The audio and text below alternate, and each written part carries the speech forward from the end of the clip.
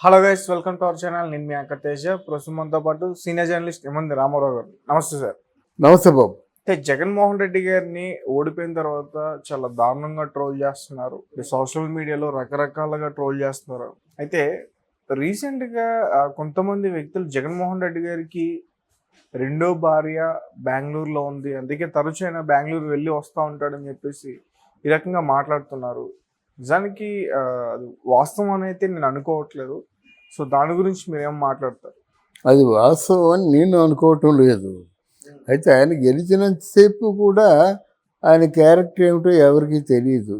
అంటే ముగ్గురు భార్యలు కూడా లేదు ఆయన. ఇంకో పదాన్ని ప్రయోగించాడు, ముగ్గురు పిల్లలనే పదాన్ని. అంటే మనం చాలా గౌతమ బుద్ధుడేమో అనుకున్నాను నేను.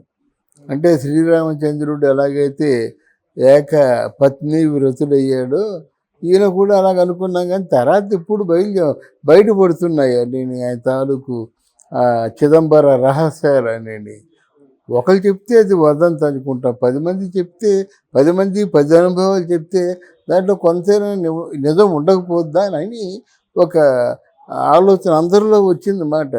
ఎందుకంటే ఆయన ఎవరినైనా సరే చాలా మంచి భావనతో చూస్తాడు, దేవుణ్ణి ప్రార్థిస్తూ తల నిమురుతాడు. జగన్మోహన్ రెడ్డి గారి గురించి అలాగే చెప్తున్నారు అని చెప్పుకున్నారు. కానీ ఇప్పుడు ఒక్కొక్కటి బయటకు వస్తుంది. ఎవరెవరు ఆయనకి అత్యంత ప్రీతిపాత్రుల్లో, ఎవరెవరు ఆయన్ని ఏ విధంగా లొంగ తీసుకున్నారు, ఎవరెవరు ఆయన తాలూకు బాగా ఆత్మ లాంటి వాడు అనిపించుకునేవాడి ద్వారా వెళ్ళారు. ఇప్పుడు బయటపడుతుంది అంతా. ఇప్పుడు ఆయన పెర్మిషన్ అంటే అంత తేలిగ్గా ఇవ్వడు కదా. ఎవరు ఇస్తారు ఆ ప్యాలెస్లోకి పెర్మిషన్? ఒంటరిగా ఉంటాడు, అక్కడ మసాజ్ చేయించుకుంటున్నాడో తెలీదు, ఏవో కొంచెం ఆనందాలు ఉన్నాయి, ఆటలాడుకుంటున్నాడో తెలీదు. వీడియో గేమ్స్ అవి బాగా ఆడతాడట. ఎన్ని తర్వాత నిజం, వీడియో గేమ్స్ అవి బాగా ఆడతాడట. మసాజ్ అంటే వల్లమాలని ఇష్టం అట. ఆ మసాజుల్లో రకరకాల మసాజులు ఉంటాయి.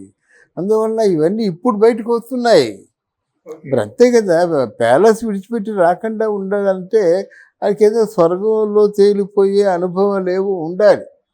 ప్రజల్ని మించినటువంటి అనుభవాలు, ప్రజాక్షేమాన్ని మించిన అనుభవాలు ఉంటేనే అక్కడ ఉంటాడన్నమాట. ఏముంది, ఉదయం లేచి కమ్మగా తిన్న తర్వాత ఏముంది, నిద్ర వస్తే నిద్రపోతాడు. నిద్ర రావడానికి మసాజులు కావాలి కదా. అందువల్ల ఇప్పుడు అనిపిస్తున్నాయి. ఇప్పుడు బెంగళూరులో ఆయనకి ఏదో ఒక వింత వ్యాధి ఉందట. ఆ పేరు చెప్పారు కానీ ఆ పేరు నాకు జ్ఞాపకం లేదు. దానికోసం ప్రస్తుతం ట్రీట్మెంట్లు జరుగుతున్నాయట. అది మాత్రం వాస్తవం. అతనికి ఉందా వ్యాధి? ఆయనకి వ్యాధి ఉందట. ఆయనకి అసలు రాజకీయాల్లో రాకముందే ఓ వ్యాధి, అంటే ఒక ప్రథమ కోపం, తర్వాత సక్రమంగా ఆలోచించుకోలేకపోవడం, ఎవరినైనా కొట్టేయడం, ఎవరినైనా తిట్టేయడం, ఎవరినైనా అంటే హత్యా రాజకీయాల తాలూకు అంటే ఆ ధోరణి ఉందట ఆయనలో. ఒక వ్యక్తి చెప్పారండి నాకు, ఇప్పుడు వాళ్ళ నాన్నగారు పలానా వాడు నాకు కనిపించకూడదంటే వాడు కనిపించకపోతే ఆయన హ్యాపీగా ఫీల్ అయ్యేవాడట.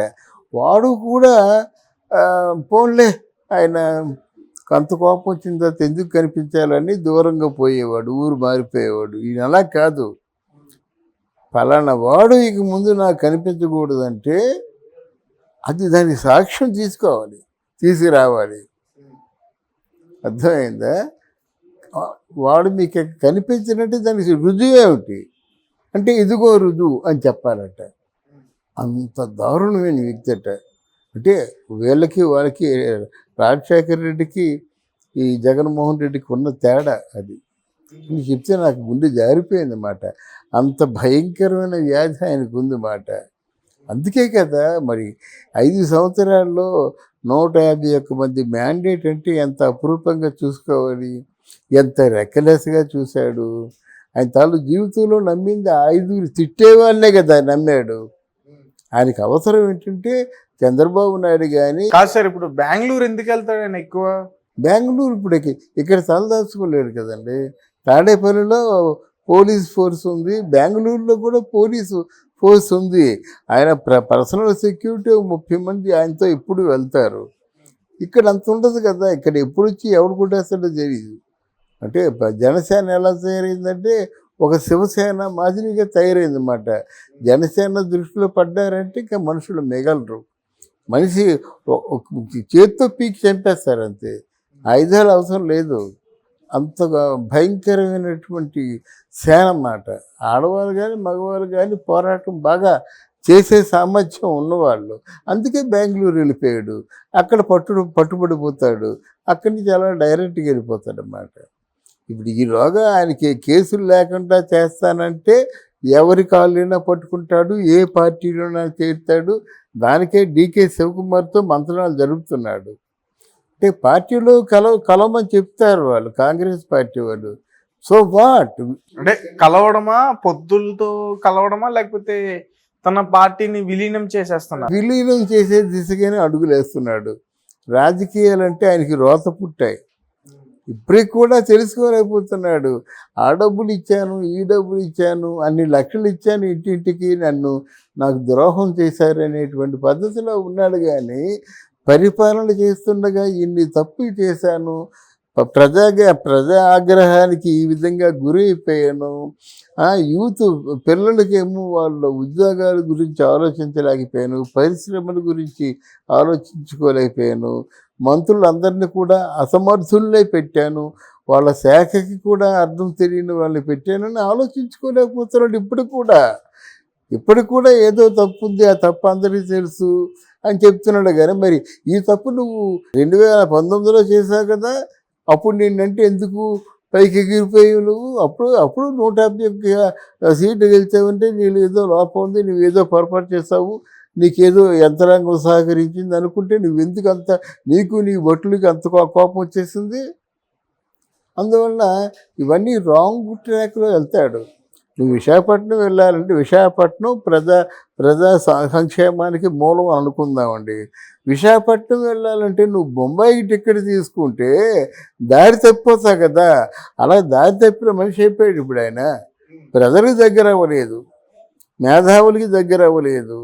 ఆయనంటే భయం ఒకటి ఏర్పడిపోయింది. ఆ పరదాలు ఏంటి, ఆ చెట్లు నాటేయడం ఏంటి?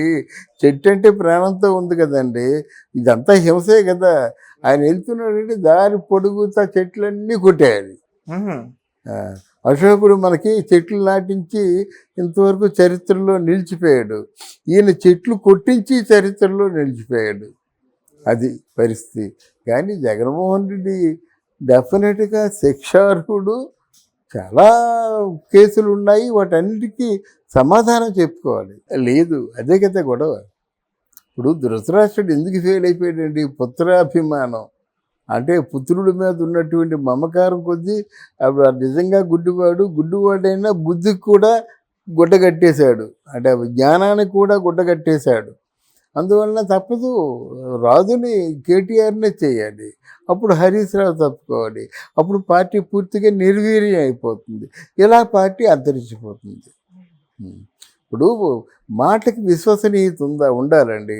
ఈరోజు పవన్ కళ్యాణ్ ఇంత రోరింగ్ రెస్పాన్స్ రావడానికి కారణం ఏంటంటే ఇప్పటి వరకు తన డబ్బు ఖర్చు పెట్టాడు, ఆ మాటకు విశ్వసనీయత వచ్చింది. దాన్ని కాపాడుకుంటే దేశానికే రాజవుతాడు.